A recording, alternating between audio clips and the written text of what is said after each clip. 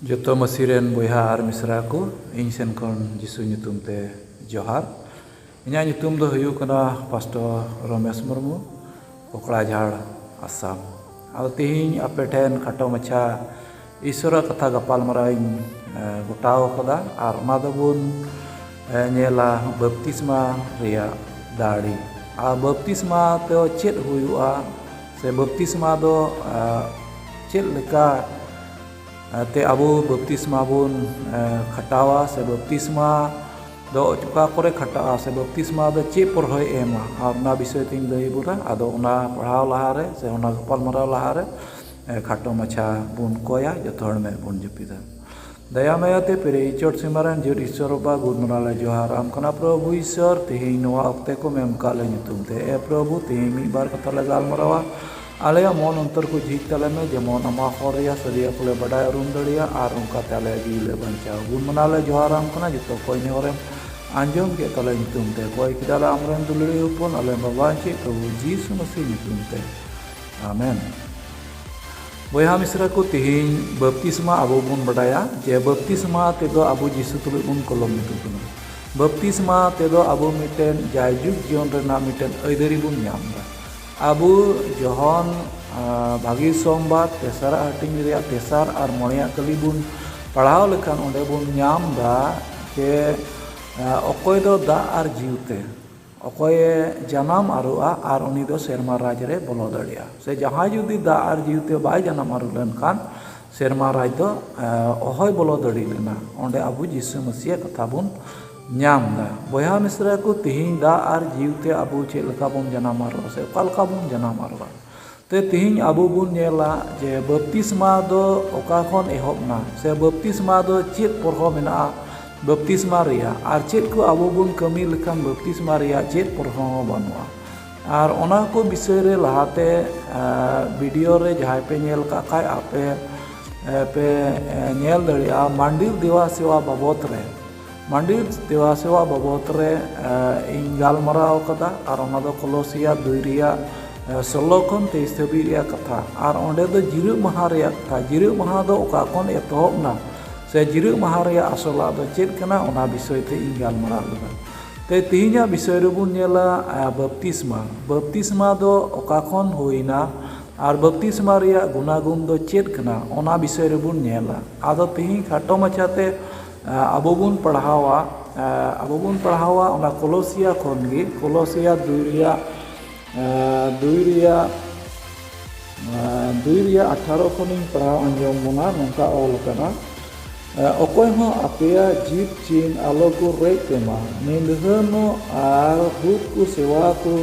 jitete dorson ku nyel aka kore ku mongon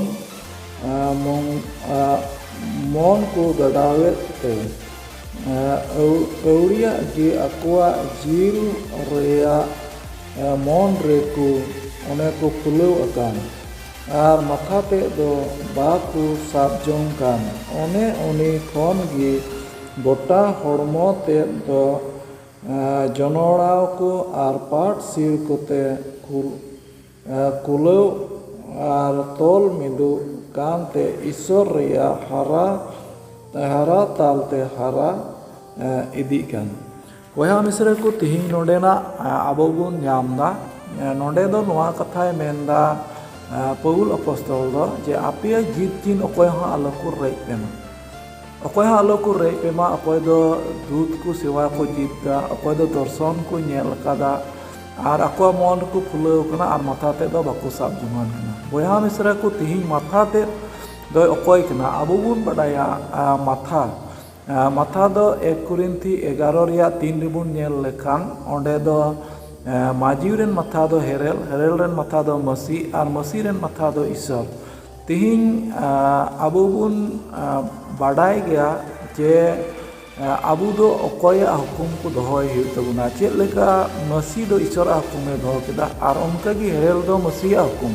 ar maji do herela hukum ar onka te matha do abu isor e jonona midu tahen kan tabuna boya misra ko tihin node bun nyamda matha te do baku sab jonan kana matha ria asol katha in lay buna matha do sanama e kamiya ar matha jahaya bang tahen uni do goj आर अबो बन बड़ाया जहाया बोहग मेना तया माथा मेना तया मेनखान उनी जुदी हुदिस बनु तया उनी जुदी बड़ाय बनु तया आर उनी दो मिटन पुरौ हर मेनते दो बाय बिकौआ आर उनी दो मिटन गoj बारा गे ताहेना बयहा मिसरा को तिहिं अबो बपतिस्मा रिया माथा दो ओका खन हुइना आर तिहिं ओना अबो बुन नेला आर ओना दोबुन नेला पहिल पत्रास तेसरा हटिंग रिया 18 खन 21 धाबी पहिल पत्रास तेसरा हटिंग रिया 18 खन 21 धाबी ओंडे बुन नेल लेखान आर ओंडे दो नोहावा कथाय रोड़दा आर नोहा दो चेद लेका उनी दो मारी धरती रेन ओने तिहिं सानाम को कई के रे एकेन नोहा मात्र गे ईश्वर ठेन दयाय नाम के आर उनी दो तिहिं ओने जहाज रे उनी दो दा तला रे ताहें कान आर ओना 21 रे अबो बुन नेल लेखान पहिल पत्रास 3 रिया 21 रे बुन नेल लेखान ओना दो मिटन बपतिस्मा रिया तुला मुठन कना मेन कते ओंडे उनी लय अबुन कना से अबो ओंडे बुन बडायदा बयहा मिसरे को तिहिं अबो बुन नेल लेखान दोसार पत्रास 2 रिया 4 और 5 रे बुन नेल लेखान ओंडे हो नोंकाय मेनदा एनते ईश्वर दो दूत कुकु कई के रे बाय इकले ताकु खान मेन खान पातालपुरी रे खादली काट कोते बिचार लगी दोहो हताड़ा मेनते न्यूत रिया खान कट करे जिमा केद कोआ आर मारी धरती रेन को बाय बाचल ले को खान मेन खान एयाय एटा हर तुलुय नोहा धरम रेन मिटन पपर चारी गे रुखिया दोहो किदी ईश्वर बिन भुक्ति को रिया धरती रे डुबा का पाराव उचू केद रे बयहा मिसरे को तिहिं अबो ओंडे बुन नामदा पहिल पत्रास तेसरा हटिंग रिया 21 कली रे जे नोहा ओकाटा दो डुबुद अखने बंचावेन से दा तला रे ताहें कान ओना दो मिटन बपतिस्मा रिया तुला मुठन कना मेनते अबो नोंडे बुन नामदा जे नोहा तुलुय अकोय दो आर एआई हर अकोय को बंचावेन आर उनको तो नोहावा हुकुम को दोहो अगु लेदा से नोहावा ओकाटा दो हुकुम को नाम के से नोहा ओकाय बतुला को ताहेन ओना हुकुम को दोहो अगु केदा आर उनकाते तिहिं उनको एआई हर दो नोहा तुलुय उनको को बांचावना जरूर गी जुदी नोहावा हुकुम ओहो को दोहो लेकान उनको बांचाव दो ओहो गे हुई लेना अबो ओना पुस्तौते अबो बुन बडाय दाड़िया बयहा मिसरा को आरहों अबो बुन नेल लेखान बपतिस्मा बाबत रे मोसे रिया कथा ऑल अकाना आर मोसे दो चेद लेका मिसर दिसम खन ओने उडुक अगुलेद को आर उनको दो ओकाटा दो नील गडा रे ओकाटा दो आरा तोरियाव रे ओने को पारम ले आर ओंडे दो मिटन बपतिस्मा रिया कथा नोंडे अबो बुन नामदा आर ओना दो अबो बुन नामा पहिल कुरिंती गेला हटिंग रिया 1 खन 13 धाबी ओंडे अबो बुन पढ़ाव लेखान अबो ओंडे पुस्तौते अबो बुन नाम दाड़िया ओंडे बुन नाम दाड़िया जे उनको दो चेद लेका मोसे उडुक अगु ले कोआ आर उनको अकोय दो इस्राएल हर को दो मोसे नुतुम ते उनको दो मिटन को बपतिस लेना आर ओना अबो ओंडे बुन पढ़ाव लेखान पहिल कुरिंती गेला हटिंग रिया 1 खन 3 धाबी ओंडे बुन पढ़ाव लेखान ओंडे अबो बुन नाम दाड़िया मेनखान बयहा मिसरा को तिहिं अबो बुन ओंडे गोटा बुन पढ़ाव लेखान से 1 खन 13 धाबी ओंडे बुन पढ़ाव लेखान ओना बपतिस्मा ओका को नाम ले मोसे होतेते ओना दो उनको बकु रखी जुगाव दाड़िदा चेद को चिका केदा अबो ओंडे पुस्ती अबो बुन नामा से ओंडे बुन पढ़ाव लेखान बुन नामा तिहिं ओकाटा दो मोसे नुतुम ते ओकाटा उनको को बपतिस लेन ओकाटा दो कानान दिसम रे बोलो लगी मिटन ईश्वर ठेन खन गोआ को नाम ले आर ओना दो मिटन बपतिस्मा ते को बपतिस लेना आर हाहांकार रे उनको दो ईश्वर हुकुम को बाकु दोहो दाड़िदा ओका दो मोसे ठेन खन को जहिर उचुलेन ओने ओना हुकुम को दो बाकु दोहो दाड़िदा आर उनको दो हाहांकार रे दाड़ान रे अड़ी उतर हड़ गे ओंडे को गुर लेना से को गoj लेना आर ओना अबो बुन नेल लेखान पहिल कुरिंती गेला हटिंग रिया 9 कली रे बुन नेल का ओंडे बुन नामा चे उनको दो ईश्वर बाकू कुसी चु दड़िया उनको दो ईश्वर बाकू कुसी चु दड़िया सारीगी ईश्वर दो मिसर दिसम खन गोलाम ओड़ा खने उडुक अगुले कोआ आर उनको दो कानान दिसम ते ओका दो तोआ दुमुरसा अतु कान दिसम ईश्वरा गोआ दिसम रे अयुर देर कोआ मेन कते ईश्वरे गोआ को ताहे कान मेन खान उनको दो ईश्वर हुकुम बाकू दोहो दड़ेदा आर ओना इयते तिहिं बप्तिस्मा रिया बुन नेला तुरुय रे बुन नेल लेखान उनको दो चेद को चिका केदा उनको दो को लालचना उनको दो लालच मन हे को आर लालच लेकाते उनको दो को बड़िना आर को गोइना इया रे अबो बुन नेल लेखान ओंडे बुन नामदा उनको दो को जोम न्यू केदा आर को जोम न्यू केदा आर को एने ना सेरिंग ना को रस्कइना को आर उनकाते ईश्वरा हर खन को भिंगड़ना से ईश्वर दो बाको कुसी चुल दिया इरुला रे बुन नेल लेखान उनको दो को लाड घाट केदा तीन को जोम न्यू केदा आर को एने सेरिंग को धुरवना से एने सेरिंग को बिरिना आर उनको दो को लाड घाट केदा ओंडे इरुला कली रे अबो बुन न्यामा आरे कली रे ओंडे बुन नेल लेखान ओंडे दो बुन ᱧᱟᱢ दा जे उनको दो प्रभु को बिडाव किदिया तीन रे आकु को चला कान हर रे मिमित समस्या से मिमित कोटे ऑक्टे रे ओकुलना से जोमा से न्युआ रे को ओकुलन एन रे उनको दो को भेड़चोना आर उनको को प्रभु को बिडाव किदिया आर को प्रभु को बिडाव किदी से प्रभु दो आकुरे सारीगी तीन दया मेना तया से प्रभु दो उनको मुश्किल खन से आकु को कई रहो उनको रुथियो को मेनते ओना को बिडाव किदिया और उनकाते उनको दो ओंडे को गोइना ओना कथा अबो बुन नाम दड़िया गेला रे अबो बुन नाम दा उनको दो को कराय करुइना उनको दो को कराय करुइना प्रभु हर रे ताड़ाम लगी से प्रभु उकाय कुलवा को ताहेकान ओना को उनको दो को कराय करुइना से तीन रे थोड़ा गान मुश्किल है को खान उनको दो को कराय करुजुआ और उनकाते उनको दो अड़ी उतर हड़ गे उनको दो को नष्टयना बया मिश्रा को तिहिं आबो बुन नेलदा आबो तीन रे आबो बुन बप्तिस्मायना से आबो बुन बप्तिस्मा जीसु रे रोमियो 6 रेना 1 2 3 बुन नेल लखान से 1 खन बुन पढ़ाव लखान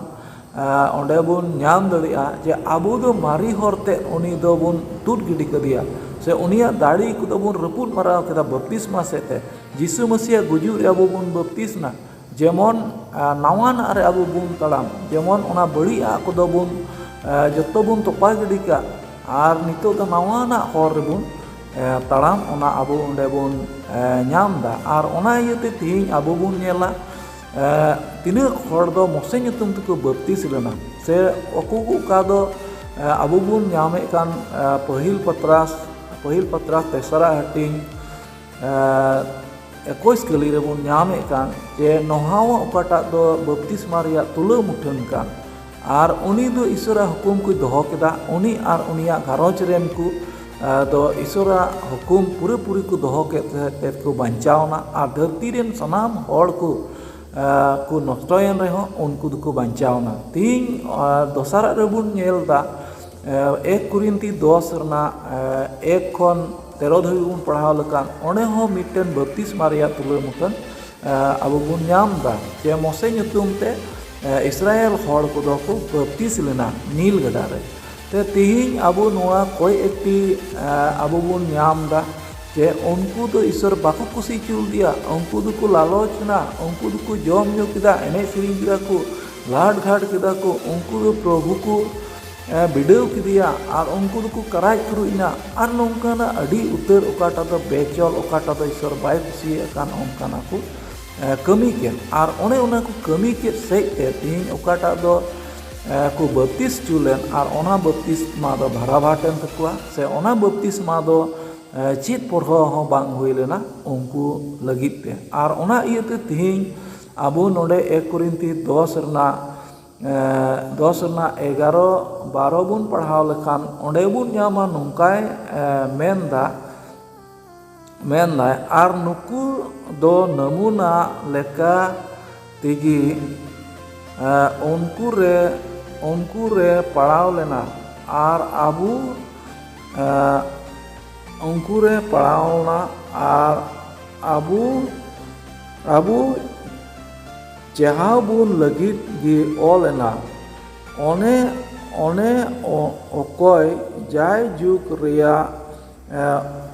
ᱚᱠᱚᱭ ᱡᱩᱜᱽ ᱨᱮᱭᱟᱜ ᱥᱮᱥᱟ ᱥᱤᱥᱤ ᱨᱮ ᱥᱮᱴᱮᱨ ᱟᱠᱟᱣᱟᱫ ᱵᱚᱱ ᱚᱱᱟ ᱤᱭᱟᱹᱛᱮ ᱡᱟᱦᱟᱸᱭ ᱡᱮ ᱦᱩᱫᱤᱥ ᱡᱚᱝ ᱠᱟᱱ ᱛᱤᱸᱜᱩ ᱟᱠᱟᱱᱟᱭ ᱢᱮᱱᱛᱮ ᱩᱱᱤ ᱫᱚᱭ ᱥᱚᱱᱛᱚᱨᱚᱜ ᱢᱟ ᱡᱮᱢᱚᱱ ᱟᱞᱚᱭ ᱜᱩᱨᱩ᱾ ᱵᱚᱭᱦᱟ ᱢᱤᱥᱨᱟ ᱠᱚ ᱛᱤᱦᱤᱧ ᱱᱚᱰᱮ ᱟᱵᱚ ᱵᱚᱱ ᱧᱮᱞ ᱫᱟ ᱡᱮ ᱩᱱᱠᱩ ᱫᱚ ᱚᱠᱟ ᱠᱚ ᱜᱩᱨ ᱨᱮᱱ ᱥᱮ ᱚᱠᱟ ᱫᱚ उनको को बपतिस्मा लेन रहे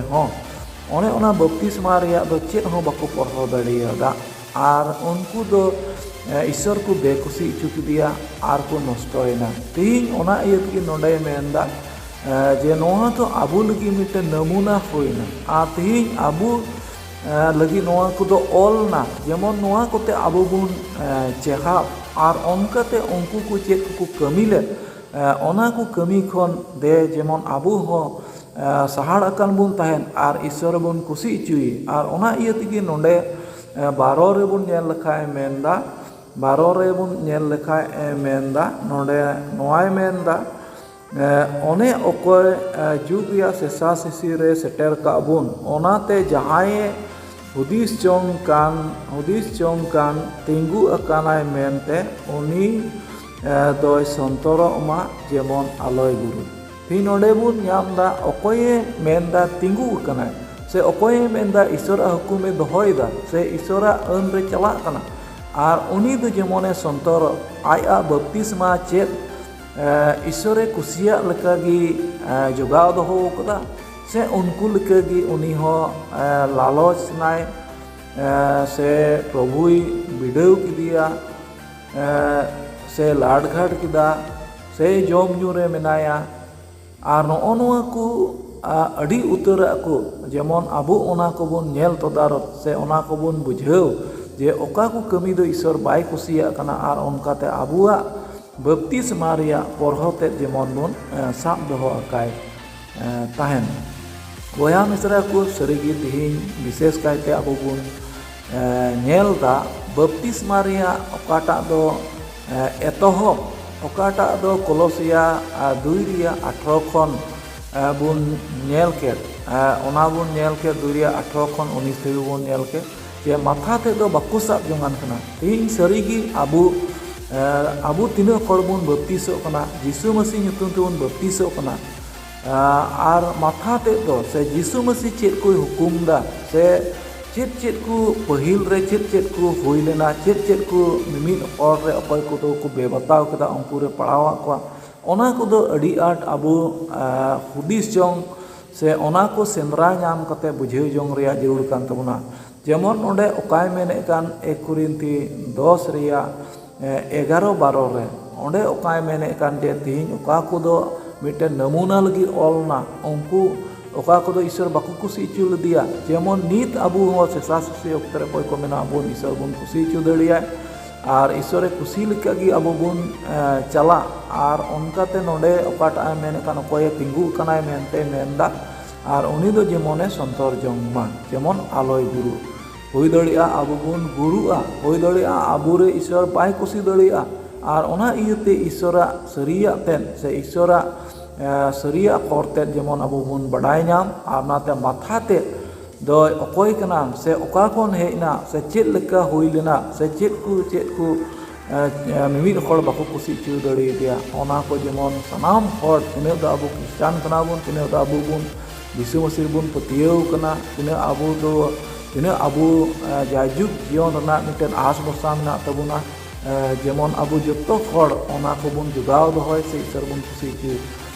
दड़ियाय बया मिसरा को आर ओनाते जेमन सनाम हर को ईश्वरा हरिया सरिया तेबुन तड़ाम सेते जेमन मुचाद दिन रे आलोबुन पांडुलो इना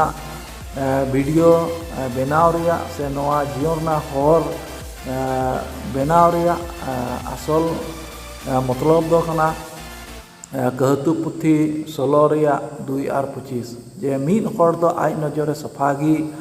मेता मेनखान जीव तुले बिडई दो ईश्वर गी